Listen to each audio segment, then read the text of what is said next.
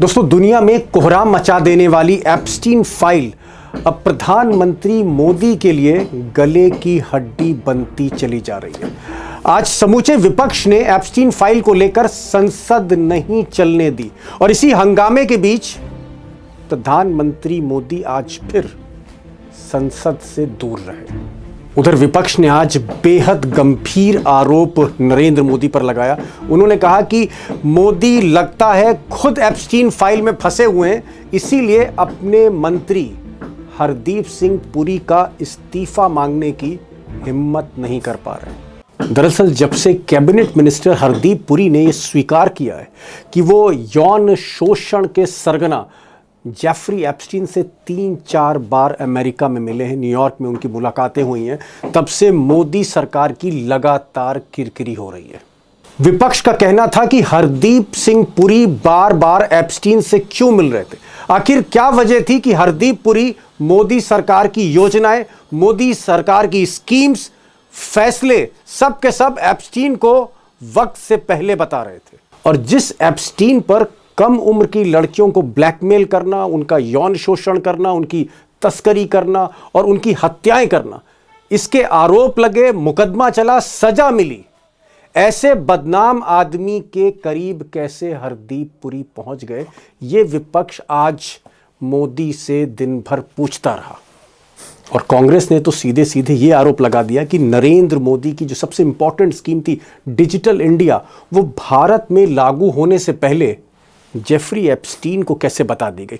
इस स्कीम का ब्लूप्रिंट कैसे हरदीप पुरी ने एप्स्टीन को दे दिया, एक सेक्स ऑफेंडर को दे दिया जो सजा पा चुका था उस वक्त। क्या जेफरी एप्स्टीन भारत सरकार की मदद कर रहा था या फिर कहीं ना कहीं फैसले में उसे शामिल किया जा रहा था। अब दोस्तों, इस हंगामे के बीच भले ही संसद, पार्लियामेंट महीने भर के लिए स्थगित कर दी गई, एडजर्न कर दी गई, और हो सकता है सरकार ने सोचा हो कि कहीं ना कहीं इस मुसीबत से पिंड छूटा, लेकिन यह मामला शांत होने वाला नहीं है, क्योंकि हरदीप पुरी ने जिस तरह से स्वीकार किया है कि वो कई बार एप्स्टीन से मिले और उनके बीच ईमेल का आदान प्रदान है और इस तरह के दस्तावेज अमेरिकी सरकार ने रिलीज किए, इससे जाहिर होता है कि हरदीप पुरी ने, मोदी के मंत्री ने मोदी को कहीं ना कहीं फंसा दिया। और फैसला अब मोदी को ही लेना है कि क्या वो हरदीप पुरी का, अपने कैबिनेट मिनिस्टर का इस्तीफा लेंगे, और अगर नहीं लेंगे तो मोदी इस पूरे मामले पर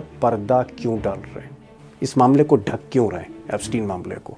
उमाकांत जी, आप 38 वर्षों से लोकसभा कवर कर रहे हैं, सीनियर मोस्ट जर्नलिस्ट हैं। आपकी सारे सांसदों से बात हो रही है, चाहे वो बीजेपी में हो, चाहे कांग्रेस में हो, चाहे तृणमूल में हो, चाहे समाजवादी पार्टी में हो। मैं ये जानना चाह रहा था कि आज विपक्ष ने सदन को चलने नहीं दिया, लोकसभा को स्थगित करना पड़ा 9 मार्च तक के लिए, और संसद के बाहर जितने सांसद हैं विपक्ष के प्ले कार्ड्स लिए खड़े थे कि हरदीप पुरी का इस्तीफा होना चाहिए। ये अचानक इस्तीफे की बात और सदन का नहीं चलना और पूरे हाउस में हंगामा, पूरे संसद में हंगामा, आपको क्या लगता है कि सरकार पर बहुत प्रेशर है और इस वक्त विपक्ष जो है उसकी स्ट्रैटेजी क्या है? देखिए दीपक जी, जो सबसे बड़ा मुद्दा है कि आपने प्रेशर की बात की, ऐसा प्रेशर मैंने नहीं देखा आज तक मोदी सरकार पर। और इसलिए कि देखिए, जो कैबिनेट मिनिस्टर होता है वो कलेक्टिव रिस्पांसिबिलिटी, कैबिनेट की जो कलेक्टिव रिस्पांसिबिलिटी है उसका हिस्सा होता है। और ये जो मुद्दा था, ये अपोजिशन पार्टीज को कल शाम ही उन्होंने, जैसे कल से ये मुद्दा गरमाया हुआ था, और ये मुद्दा जिस तरह से हरदीप पुरी ने सफाई दी, पार्लियामेंट में नहीं दी।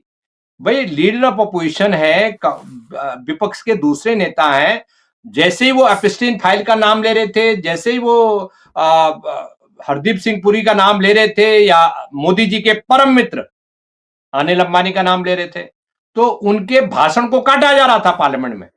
और उसके बाद हरदीप पुरी को अपने आप नहीं गए, कोई शौक नहीं है उनको कि भाई, कई दिन से तो साइलेंट थे, चुपचाप थे।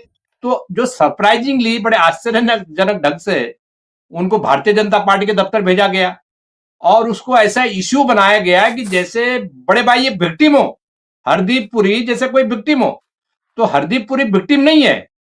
देखिए, विपक्ष की नजर में संसद में जो आज हंगामा हुआ, उस हंगामे के पीछे जो प्ले कार्ड लिए और जो हरदीप पुरी को जो टारगेट किया गया, वो हरदीप पुरी तो उसका एक मोहरा है। बेसिकली बुनियादी तौर पर टारगेट प्रधानमंत्री हैं, क्योंकि वो प्रधानमंत्री के कैबिनेट मिनिस्टर हैं, उनको प्रधानमंत्री के खास आदमी है, प्रधानमंत्री के क्लोज आदमी। जैसे अनिल अंबानी तो उद्योगपति हैं, इसलिए क्लोज आदमी है। हरदीप पुरी उनके एडवाइजर हैं, मंत्री तो हैं ही, लेकिन उसके की एडवाइजर भी हैं। जी, मैं समझ गया। आप कह रहे हैं कि कल जिस तरह से हरदीप पुरी ने प्रेस कॉन्फ्रेंस करी, उसमें एडमिट किया कि मैं एप्स्टीन से 3 से 4 बार मिला हूं, मैंने कई ईमेल लिखी हैं, और हरदीप पुरी ने यह भी एडमिट किया कि हमारे और एप्स्टीन के बीच में कई सवाल जवाब भी हुए हैं, पत्राचार हुआ है। इसके बाद विपक्ष ने शायद ये हंगामा शुरू किया है और विपक्ष जांच भी चाहता है इस पूरे मामले में, इस्तीफा भी चाह रहा है। क्या आपको लगता है कि सारी पार्टियां, चाहे तृणमूल कांग्रेस हो, क्योंकि बड़ी पार्टी है तृणमूल कांग्रेस, समाजवादी पार्टी कांग्रेस के बाद सबसे बड़ी पार्टी है विपक्ष में, तो समाजवादी पार्टी यानी अखिलेश यादव, ममता बनर्जी की पार्टी, उद्धव ठाकरे की पार्टी, उद्धव शिवसेना, शरद पवार की पार्टी, ये सारी पार्टियां क्या अब एकजुट हैं और हरदीप पुरी का इस्तीफा चाहती हैं? देखिए दीपक जी, देखिए जो सबसे बुनियादी सवाल है, बुनियादी सवाल ये है कि देखिए अपोजिशन का, जो अपोजिशन पार्टी हाउस के अंदर है और इतना बड़ा मुद्दा उनके हाथ में लगा हुआ है, जिसमें प्रधानमंत्री कटघरे में खड़े हैं, प्रधानमंत्री का कैबिनेट मिनिस्टर कटघरे में खड़ा है, तो विपक्षी पार्टियां इस मुद्दे को क्यों छोड़ेंगी? कोई चैरिटी है, अपोजिशन पार्टी ने कोई चैरिटी खोली हुई है कि साहब ठीक है आप जो मर्जी करें? आपकी वो किन किन क्या क्या पार्टियों बातें के करें? सांसदों से बातचीत चल रही है? ऑफ द रिकॉर्ड किन किन पार्टियों से आप मिल रहे हैं, उनसे देखिए बातचीत हो ऑफ द रही है, उनका क्या रिकॉर्ड, रुख है? अरे आप Deepak ji, of the record क्या है? मैं तो कह रहा हूं कि विपक्षी पार्टियां नहीं, रूलिंग पार्टी में पूरी बहस तेज हो गई है। जो आरएसएस और भारतीय जनता पार्टी के एमपीज हैं, वहां बड़ा डर का माहौल है। उनको लगता है कि इतना बड़ा स्कैंडल है, कोई ये जिले में और ब्लॉक तहसील का स्कैंडल नहीं है, ये इंटरनेशनल स्कैंडल है जिसमें पूरी दुनिया में तहलका मचा हुआ है। तो मेंबर ऑफ पार्लियामेंट भी तो काफी जागरूक होते हैं, वो सारी खबरों को नजर रख रहे हैं, वो पार्लियामेंट के आसपास रहते हैं, उनको सब सारी चीजें पता है। तो मेंबर ऑफ पार्लियामेंट के दिमाग में ये बहुत बड़ा मुद्दा, सारी पार्टियां जो देखिए, जो अपोजिशन पार्टीज हैं, चाहे वो तृणमूल कांग्रेस हो, चाहे वो डीएमके हो, चाहे वो समाजवादी पार्टी हो, और जो बाकी जो छोटी छोटी पार्टियां हैं, निर्दलीय हो, ये सारी पार्टियां इस बात से कन्विंस हैं कि ये जो मुद्दा है मोदी जी के इर्द गिर्द इसका फंदा पड़ गया है। और मोदी जी के उद्योगपति मित्र, जो जब से वो मुख्यमंत्री गुजरात के बने थे तब से वो उनके हमसफर हैं, हमराही हैं, हमराह बने हुए हैं। और अनिल अंबानी फंसे, और ये जो सज्जन है हरदीप पुरी, हरदीप पुरी को आप देखिए ना कि एक ही व्यक्ति के साथ दो दो चीजें हो रही हैं। लीडर लीडर ऑफ अपोजिशन अगर हाउस में कोई मामला उठा रहे हैं, और ये बातें अपोजिशन पार्टीज नहीं, सत्ताधारी पार्टीज के लोग भी महसूस कर रहे हैं हाउस के अंदर कि देखिए लीडर ऑफ अपोजिशन को तो आपने बोल दिया इसको बिल्कुल छूना नहीं है सब्जेक्ट, और अपने आदमी से जो मंत्री है उसको आप पार्लियामेंट में बयान दिलवाते तो हो सकता है कि उसकी क्रेडिबिलिटी बनी रहती। अब उन्होंने भारतीय जनता पार्टी के, ये तो भाजपा को ही लपेट दिया आपने पूरे स्कैंडल में। अगर भारतीय भारतीय जनता पार्टी के बैनर के नीचे और उसकी पार्टी के दफ्तर में एक इंटरनेशनल सेक्स ऑफेंडर बीजेपी के दफ्तर में जाके एडमिट कर रहा है कि यस मेरे उनसे ताल्लुक थे, तो क्या क्या जो मेंबर ऑफ पार्लियामेंट है अपोजिशन पार्टीज के या रूलिंग पार्टी के, आज 700-800 मेंबर ऑफ पार्लियामेंट है सब मिला करके, क्या उनको आप मूर्ख समझते हैं? वो तो लिखे पढ़े लोग हैं, जागरूक लोग हैं, वो जीवन के विभिन्न क्षेत्रों में उन सांसदों ने काम किया, चाहे वो अपोजिशन के हों चाहे वो न्यूट्रल पार्टीज के लोग हों। क्या क्या बाकी बाकी जो पार्टियां हैं, आंध्र प्रदेश की जगन मोहन रेड्डी की पार्टी है, या टीएम इनके नीतीश कुमार की पार्टी के लोग हैं, या चंद्रबाबू नायडू के पार्टी के लोग हैं, वो तो सब समझते हैं, भले ही वो सरकार को सपोर्ट कर रहे हैं, लेकिन नरेंद्र मोदी एज ए प्रधानमंत्री इस पूरे मामले में फंस गए हैं। और मैं निश्चित तौर पर आपको बता रहा हूं कि ये मामला इतना बूमरिंग कर रहा है, सबसे बड़ा मुद्दा है, सबसे बड़ा इश्यू ये इश्यू है कि जो हरदीप सिंह पुरी हैं, उन्होंने एडमिट कर लिया। क्या एडमिट किया उन्होंने? कि वो एप्स्टीन से मिलते थे, 3-4 बार मिले, 3-4 बार तो एडमिट कर दिया उन्होंने। फिर उन्होंने एप्स्टीन की जो मित्र को वीजा दिलाने में मदद कर दी, ये ईमेल में। तो अब सवाल यह है कि प्रधानमंत्री मोदी का कई जगह नाम है, ये चीजें स्टेब्लिश हो गई हैं कि गाहे बगाए कई चीजों में, कई जगह ईमेल में उनके नाम परिलक्षित हो रहे हैं, उनका वर्णन है उनकी ईमेल में। तो जी सवाल जी यह है कि आपका मंत्री जिसने ओथ ली है भारत के संविधान की, और आपको पता है कि कैबिनेट का जो कलेक्टिव रिस्पॉन्सिबिलिटी है उसका हिस्सा है ये, तो उसका हिस्सा है, तो ये एडमिशन आपके कैबिनेट मिनिस्टर ने कर दिया। अब उन्होंने एडमिट कर लिया, इसका मतलब सारी ईमेल, जितनी ईमेल है जो एपस्टीन फाइल में लाखों लाखों करोड़ों ईमेल है ना, तो सारी ईमेल को इसका मतलब उन्होंने पुष्टि कर दी है। तो अब आप बचाव किस चीज का करेंगे? आपका मंत्री कह रहा है कि यस ईमेल सही है, मैं मिला था। तो सवाल यह है कि ये बात हद तक मानी जा सकती थी कि वो बीजेपी के दफ्तर आते और उनको वो बोलते कि सब झूठ है।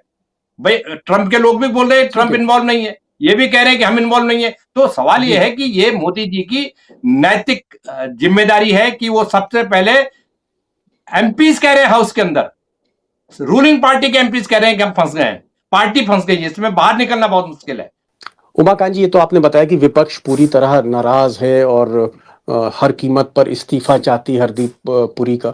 ये बताइए इस वक्त बीजेपी की क्या स्ट्रेटजी है? क्या बीजेपी हरदीप पुरी को डिफेंड करेगी या ये मामला डिफेंड नहीं किया जा सकता? हरदीप पुरी का इतने गहरे पानी में वो उतर चुके हैं, तो क्या राहुल गांधी पर फोकस है बीजेपी का कि राहुल गांधी का घेराव करो, और इसीलिए निशिकांत दुबे जैसे जो है सांसद से वो प्रिविलेज मोशन लाया जा रहा है राहुल गांधी के खिलाफ?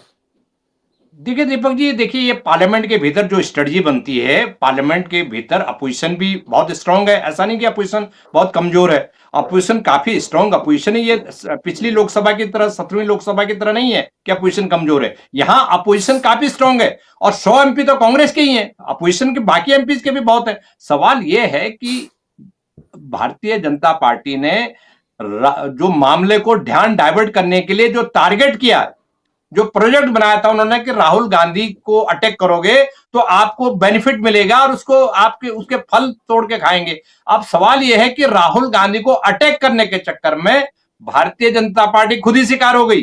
अब हरदीप ओके। पुरी के खिलाफ जो आरोप जो पब्लिक डोमेन पर है, जो इंटरनेट पे मौजूद है, गूगल पे मौजूद है, और अमेरिका की जो जस्टिस डिपार्टमेंट है उसके आरोप है, राहुल गांधी को आपने क्यों नहीं बोलने दिया हाउस में? अगर राहुल गांधी को बोलने देते ये हाउस के अंदर तो कुछ नहीं होने वाला था। ठीक है, एडमिट कर दो गलती हो गई।